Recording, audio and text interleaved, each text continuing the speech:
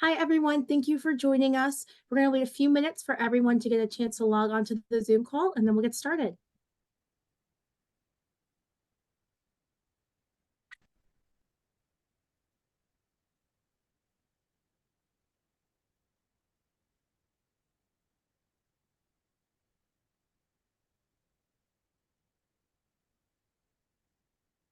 Oh, Stephanie, I see Peter and Skyla in the attendee list. Oh, perfect. Yeah.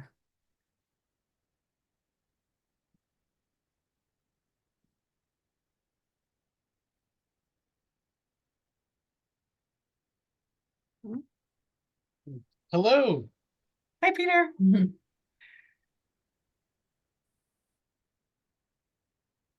Right. Okay. Hi, So we'll Skyla. get started. Hey. Hi, everyone. Thank you so much for joining us tonight, and congratulations.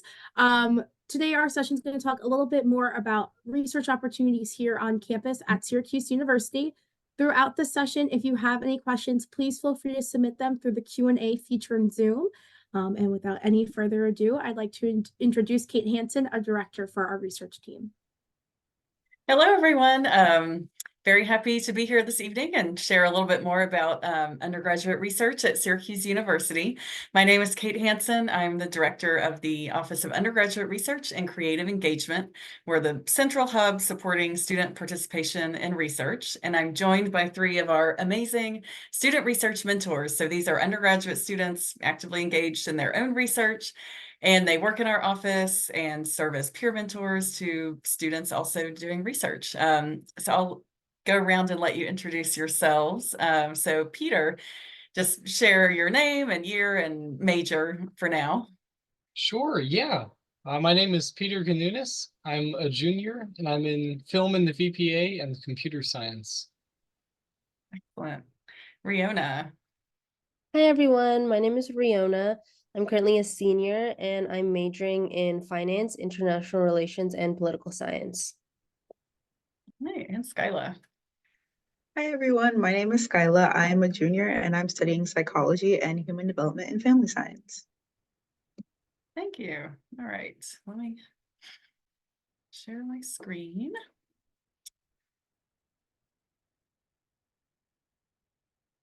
Okay.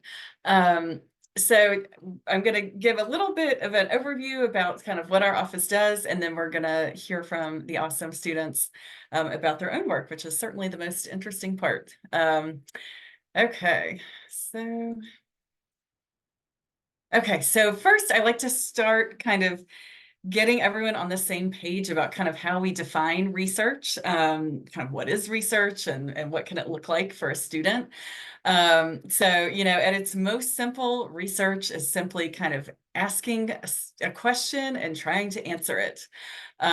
So we work with students in all majors and all the schools and colleges at Syracuse. So research really kind of comes in a lot of different forms. It can be doing a policy analysis for, a Maxwell student. It can be working, on a broadcast journalism project, writing a film, conducting lab research in biology. So the kind of format of research really takes a lot of different shapes. But kind of at its heart, research is essentially like driven by someone's curiosity to learn more about a topic.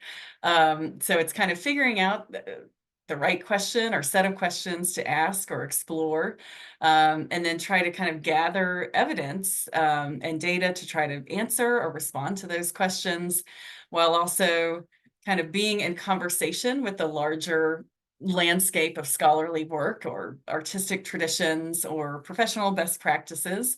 And then kind of through this process, creating new knowledge and new ways of understanding the world. So that's how we kind of, try to share a really broad definition of research, because, the kind of like I was saying, the materiality of the research is expressed in a lot of different forms, but, kind of asking a question, trying to answer it, sharing your results, right? Okay, so kind of with that, I'd love to start and let the students share a little bit about the research that you have done. So Riona and several of these students have done kind of research in a couple different experiences. So yeah, just talk about everything that you've done. So Riona, maybe let's start with you. Yeah, so as a humanities and like a business major, when I first started at Syracuse, I really had a very narrow understanding of what research was. I kind of thought it was something reserved for students in like STEM fields. And I don't know, whenever I envisioned research, I just thought of people like working in labs with like lab coats and like test tubes. But I was first introduced to the source during my sophomore year, during first semester, on this site called Handshake, where most student employment is listed. And there was an opening at this lab called the Dynamic Sustainability Lab. And so there I was a research assistant, and I helped Dr. Jay Golden write a joint report with the Asian Development Bank, where we kind of researched multinational corporations in Southeast Asia and how they kind of foster the shift to net zero emissions in the region. And so that was a very insightful experience. I got really close with Dr. Golden, and he actually helped write my letters of recommendation for grad school. And that really prepared me for my research experience, which was individual this past fall, which was for my senior thesis in international relations, where I wrote a 25-page distinction paper on the US occupation in Iraq and the effect that it's had on violence against women in the area. And so just overall, I feel like my undergraduate experience has really been like filled with different kinds of research opportunities. And other than these just two projects, I feel like the work that I've done in both of them have really helped me in the classroom as well as also the professional world. I feel like it has been a great experience to add to both my resume and my grad school applications, and has just made me a more confident and like more well-rounded student in general.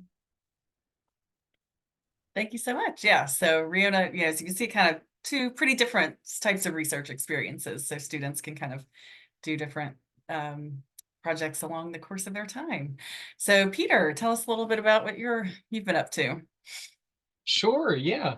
Well, I guess as a dual major in film and computer science, I'm very interested in like practical and creative applications of computers. I got some experience this summer before my sophomore year. I was a research assistant at the University of Maryland doing work with FNIRS for brainwave detection, and I became very interested in continuing to pursue my own creative applications of computers research personally. Maybe around 1.5 years ago now, there were all of these new diffusion models that were coming out for using artificial intelligence for image stylization. And I was very frustrated I can't actually use them in my personal work as a filmmaker because they're very difficult to run and you don't have very much control over them. So for the past year, I've had a source grant in researching new methods of stylizing video with artificial intelligence and procedural algorithms. And one of the key insights I learned very early on is that the huge challenge right now is color consistency. If I put in one frame and I stylize it with AI, and then I put in the next frame, which looks very similar, and I stylize it with AI, the two outputs can look very, very different. And so mostly what I've been working on is designing algorithms to match the colors between images. And this turned out to have a lot of applications to color grading in film. And so I've been working on some color grading software that I'm releasing in probably 2 weeks or 3 weeks from now, which has been really an exciting journey. And I'm very curious where this is going to continue to take me. Terrific, thank you. And Peter actually presented this work at our spring showcase in an interactive display, so people at the event could sort of test out the image processing, and it was very cool to see. All right, Skyla. Yeah, so I began my research journey, I guess I would say, my sophomore year. So as a psych major, I don't think that research in psychology specifically for undergraduate students is talked about a lot, because a lot of students tend to major in psychology, but nobody really gets to see like the nitty-gritty of like actually doing psychology research, because there's so many different things that you can do and so many moving parts, which is also a really good thing about research. So I began working in the Alter Lab at Syracuse University with Dr. Kevin Anschel. The Alter Lab is basically a lab that's centered around ADHD, learning about ADHD, treatment for ADHD, etc. And I began like working as a research assistant under one project, which basically looked at differing activity levels in adolescents and like how that might mitigate ADHD symptoms. And so after that, I kind of wanted to expand on my research and like kind of do projects of my own. So I started the Pride program at Syracuse, which is now called Spark. But it's basically a program where 7 students work under faculty mentors during the summer, and they develop their own research projects and a variety of different topics related to psychology. It could be clinical psychology, health psychology, social, cognitive, a lot of different disciplines. And so I developed a project there centered around ADHD, and I kind of moved on from that and wanted to move into independent research. And so I did a couple of projects this past fall. I did about 2 projects, and I was able to disseminate and present those projects at different conferences and stuff. And it's just been a really like good experience, honestly, getting to learn about a topic that I was really interested in. I've always been interested in like mental health and disorders, more specifically ADHD. And it's just honestly like a really cool experience to get to not only work in a lab, but also develop projects of your own. Yeah. Wonderful. Thank you so much. So yeah, amazing work. And hopefully, I think especially the students we have here tonight, like really show the range of kinds of activities that are possible. So I think your responses really kind of highlighted the next slide, which is basically, kind of helping us understand like what form undergraduate research takes. And you've all kind of intersected with a lot of the different ways that students do research, but you've all been guided by faculty mentors, so professors that are experts in the field that you're working with. So research is always going to be sort of in partnership with that faculty or research staff mentor. And yeah, students might design a project individually or, as a team project. They might work as several of, as Riona did and Skyla has as well, work as a research assistant to, with the faculty's ongoing work and contribute to a larger lab's work. Students can partner with community organizations or other institutes. And then sort of when, when might students get involved? It kind of depends, but we recommend starting early because it takes time. I think one of the major features of research is that it just takes time. There's a lot of unexpected twists and turns, and that's kind of slow and incremental. Digging into a topic just really takes a lot of focus and attention. So the earlier students can start, usually the better. Summer is a great time as well to focus on research. And then kind of where, certainly there are a lot of opportunities on campus, but we also help direct students into off-campus opportunities as well. There are a lot of funded research programs through a variety of programs that we help support students in finding. So kind of the why. So you all sort of touched on this a little bit, but maybe you could just, give sort of some of your highlights of like, really what are some of the lessons that you've learned by participating in research on kind of a broader scale? Why do you think it's important that students participate in undergrad research? So yeah, we can maybe just go to Riona again, in the same order. Yeah, so to answer this question, I would say like all students should get involved in research or creative work. Working as a student research mentor, I feel like I've been able to see so many different students and just like the wide range of ideas that come into our office. Like I've seen students study like boba shops or create fashion lines, and there's just so many different ways that I feel like you could take research. And some of the major benefits that I've seen personally for myself, as I've mentioned before, just creating like a strong faculty relationship.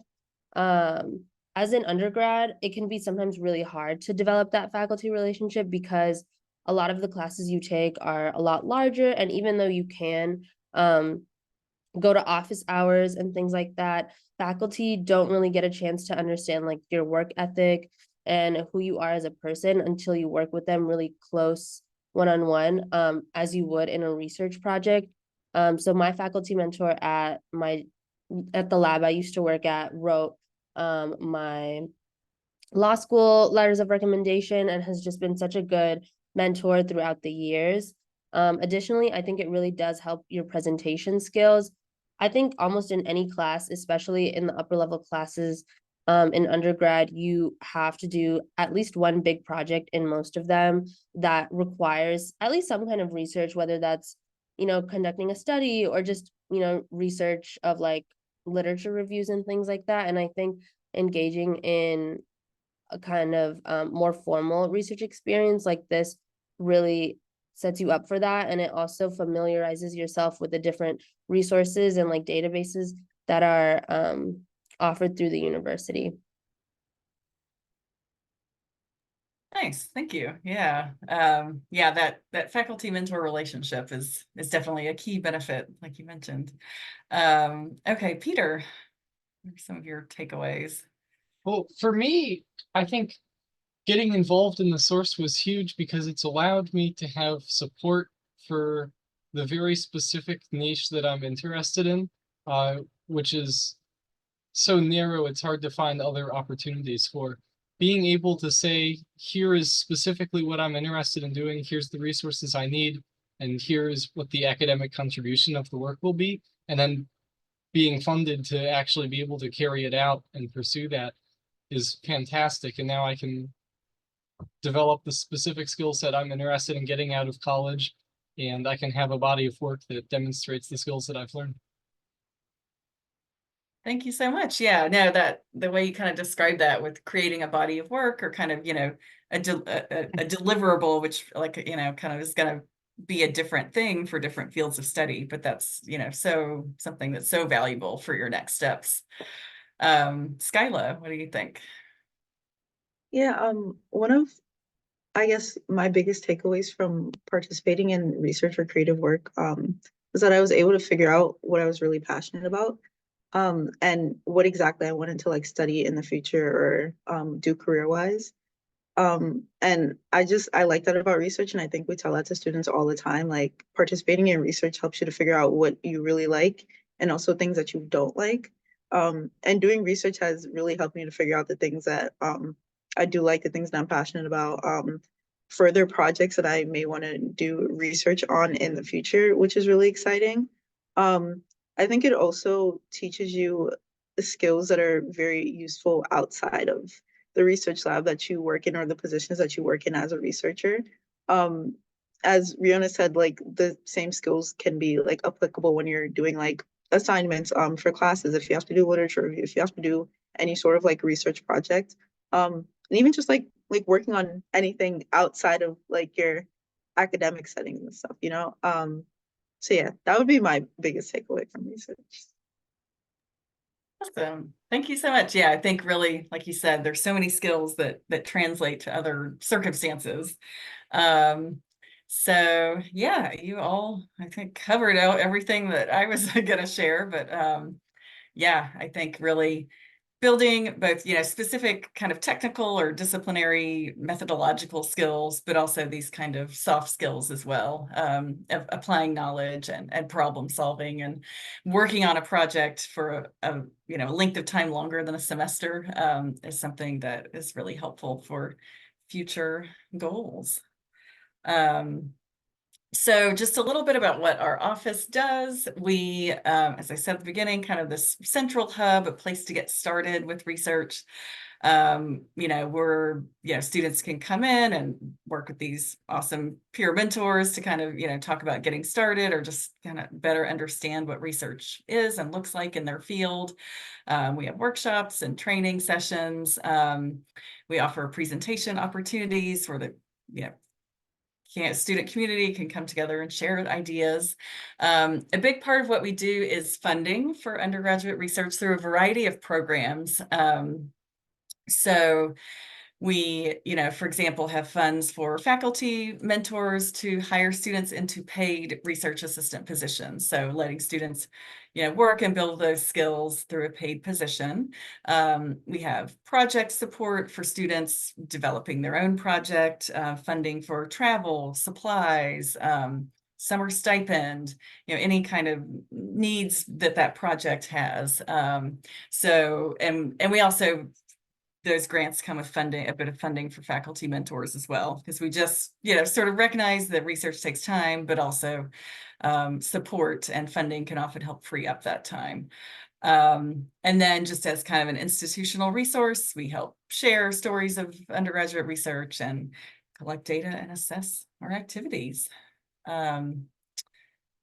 Okay, so we are located in Bown Hall. If you're visiting campus on the second floor of Bown Hall, this is our contact information. And yeah, thank you so much. So let's maybe open up to questions, or if Riona, Peter, or Skyla would have anything else they'd like to add in. Let me stop sharing. Okay. Yeah, Yeah, great. so- Oh, sorry, Kate. Thank you guys so much.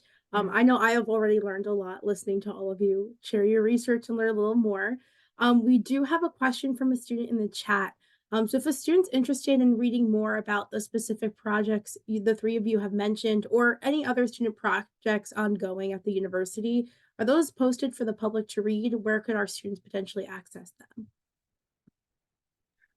So it depends kind of, so we, some student research is posted and shared on a repository called Surface, which is hosted by the SU libraries. They collect various theses and distinction projects there, so that can be a place to check things out. And yeah, some departments or programs might have posters on their websites or other kind of student work. But yeah, oh, and Jennifer, yeah, exactly. We share things in the news as well. So kind of depending on the project and the department. Yeah. Great. As you mentioned before, if you have any questions, please feel free to submit them through the Q&A feature. There aren't any questions here right now, but I guess a personal question for me would be, obviously the three of you are all doing research, and most of our students are involved in research some way, shape, or form at the university. When you were looking, and maybe you were in the same seats that the students watching the panel now were in, did you look at any research that your faculty were doing? Was that something that you looked into, or was that something that you discovered once you were a student that you wanted to get involved with?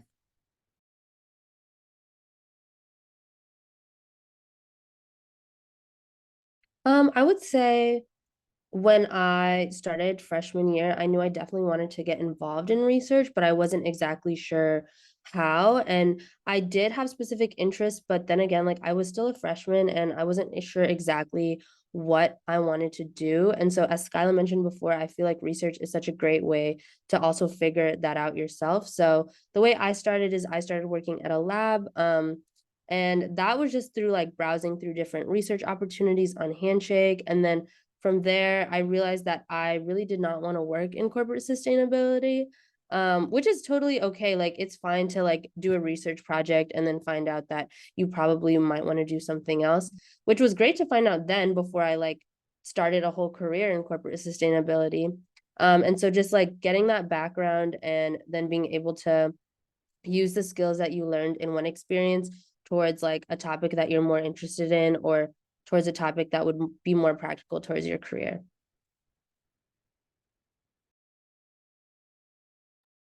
Well, I'd love I- to.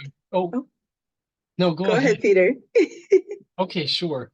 Well, I love to read my professor's research. I feel like before I take a class, I always look somebody up on Google Scholar and I see what are you actually publishing, and the huge determining factor for whether I want to get involved in a course or not is if I'm interested in the professor's publications.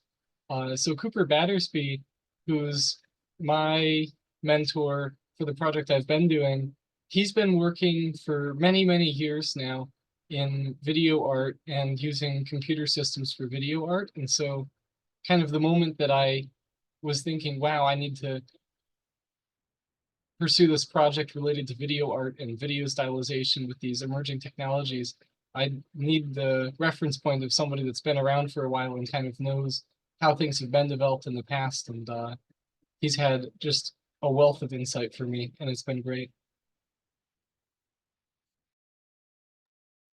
Yeah, I hope this answers the question. I kind of got lost in it a little bit. But when it came to my mentors specifically, um, I I think I was always like interested in, like I said, like mental health and mental disorders, ADHD. But I still wanted to like work in the lab that was somewhat geared towards like working with children or like child mental health. And so one of the things that we often tell students that are like looking for mentors or looking to start a research project at the source is we tell them to look up the faculty like in their field.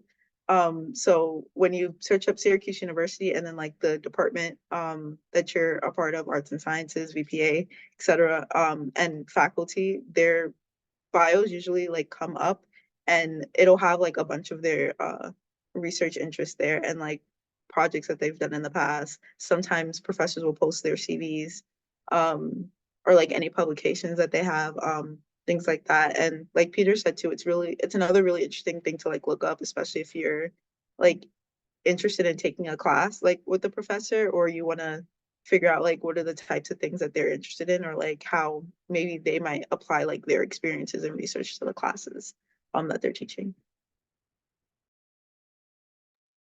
Skyla, that was exactly what I was asking. You got it perfectly. We have a few questions that students wanted to know. So research, for the most part, you're doing outside of your class time. Are you taking your research as a course, or is that something that you just do after you get back from classes? But that sort of depends, both, both. So some students do research credits, so they're, earning, 1 to 3 to 4 credits for research time. You can't both earn credit and be paid, but, either or. And some students, might spend some time volunteering in research before they get involved to the degree that they're pursuing credit or pay. But then there are also courses that have research built in. Riona mentioned the distinction program, capstone program, that's kind of built up through a course. So yeah, kind of depends there. Let's see, should I answer a few of the other questions too? Yeah, sure, go right ahead. So is it possible to be a research assistant as a first-year student, or do you have to be an upperclassman?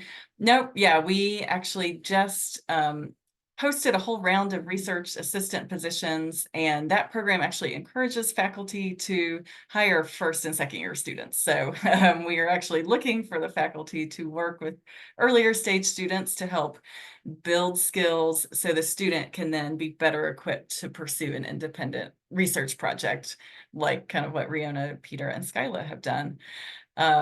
So yeah. And then is it possible to start your own?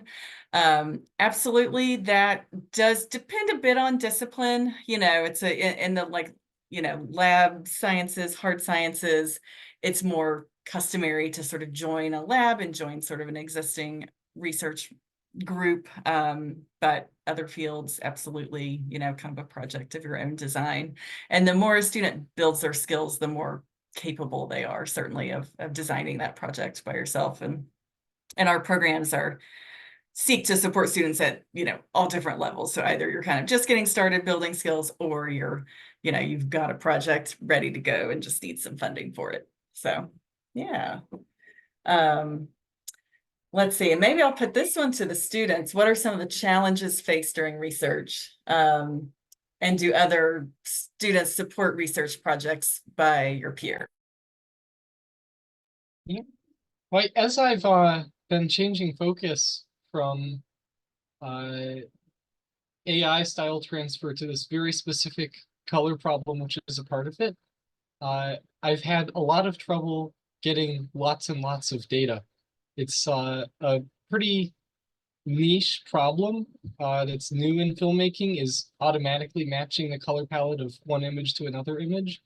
And it's been fantastic working within the film department, because anytime somebody's finished with a movie and they want to go and change the color palettes, I can be like, hey, why don't we meet up? You could use this new software. We can see how it works, and I can download everything that you've done with it, and I can go back and evaluate it later, which has been fantastic. And then it helps out a lot of my friends too.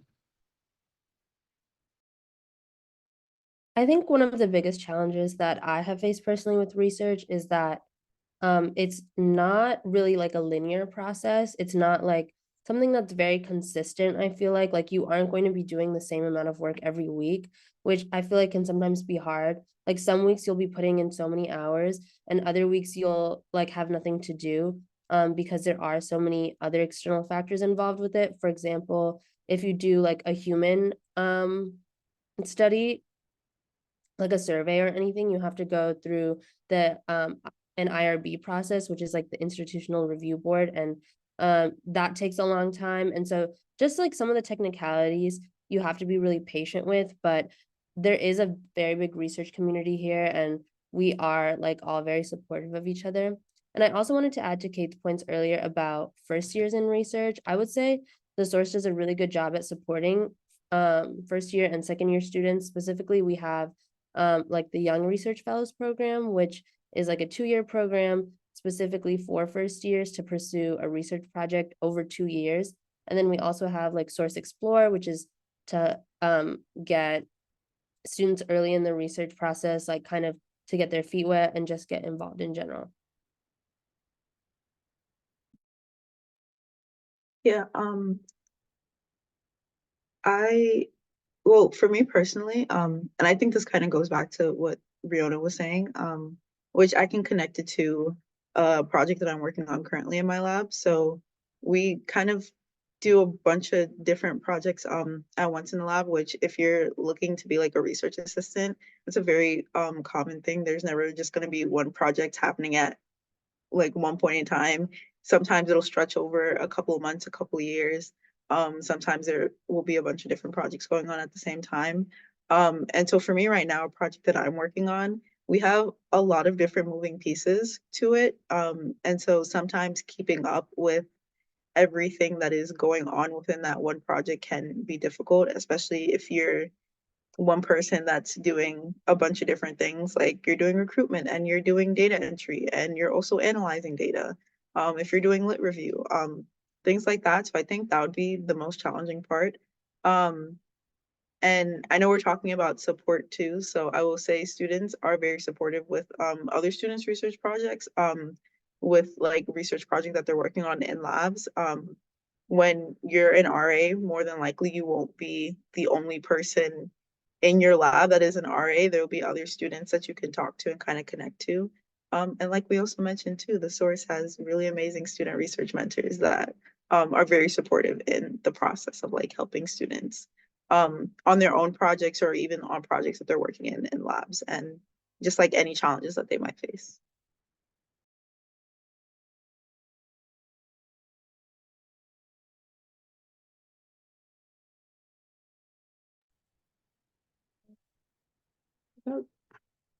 Awesome. Sorry about that, y'all. I could not find the mute button to unmute myself. Okay, so it looks like as of right now, we don't have any open questions, but we'll stay on in case anyone does have some last minute questions.